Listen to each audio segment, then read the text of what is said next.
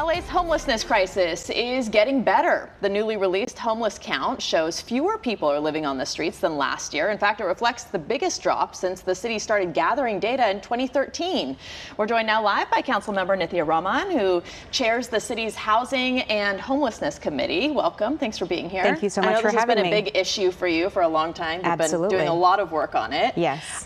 So some people, we've interviewed businesses and homeowners who live in areas where there are encampments, and they might find it hard to believe that there's actually this big drop, but we are going in the right direction. Yes, right? And overall homelessness dropped only 2%, but the number of people who are experiencing unsheltered homelessness, that is the number of people who are actually living on the streets of Los Angeles, that dropped by more than 10% across the entire city, which is an absolutely enormous drop compared especially to where we were going before. Yeah, so what do you attribute this to? Because I know this has been the main topic of discussion in the city for a long time. Yes, well, the city has actually been making so many investments in both shelter, temporary shelter, and in long-term housing. And those sets of investments are really paying off.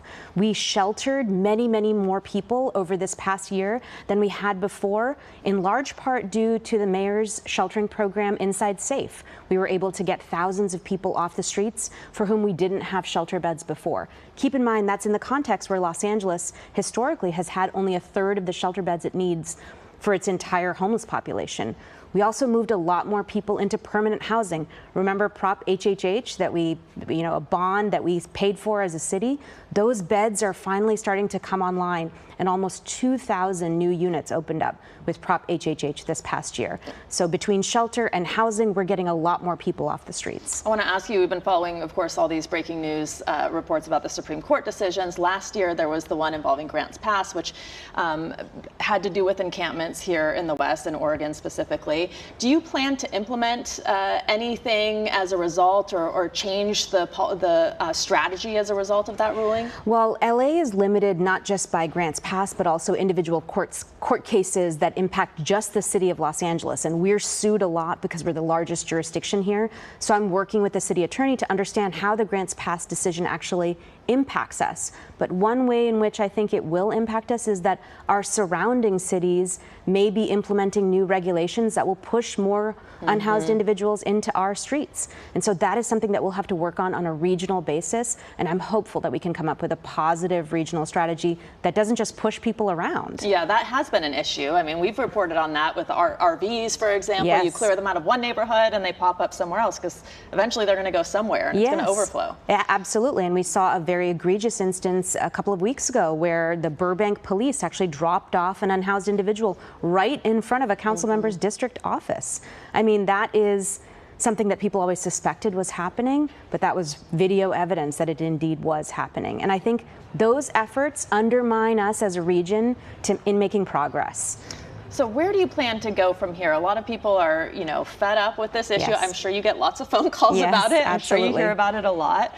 What is the plan moving forward? And how can you kind of drive home to people that we are going in the right direction, even though what you're seeing in front of your business or home or the crime that you've experienced has impacted them? Well, I think one of the things that I think I hear from a lot of people is their sense of frustration.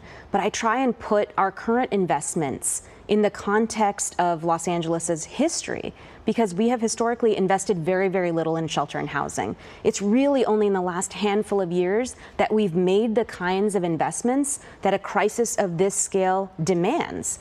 And so right now is the first time we're starting to see the fruits of that investment.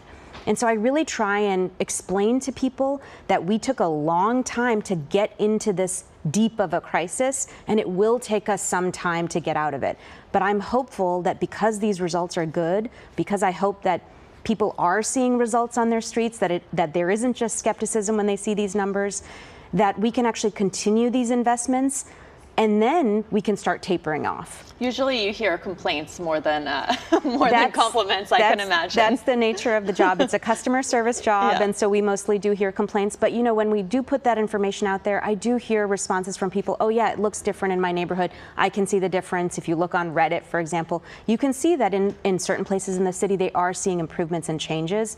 I think if you have an encampment in front of your business or near your home, that's going to be the encampment that matters to you the most. And it doesn't matter how the rest of the city looks, right? And so it's one of those issues where your own experience of it can really shape how you view the progress of the city. But I'm hopeful that step by step we can make citywide progress. Well, thank you. I think communication is a big part of that. So thanks for being here this morning. Thank you for being time. willing to have me, and I hope that I can come back and continue discussing this issue with you. Oh, it'll be a topic, I'm sure. Absolutely. Welcome back anytime. Chris? Great interview for sure. All right, let's talk about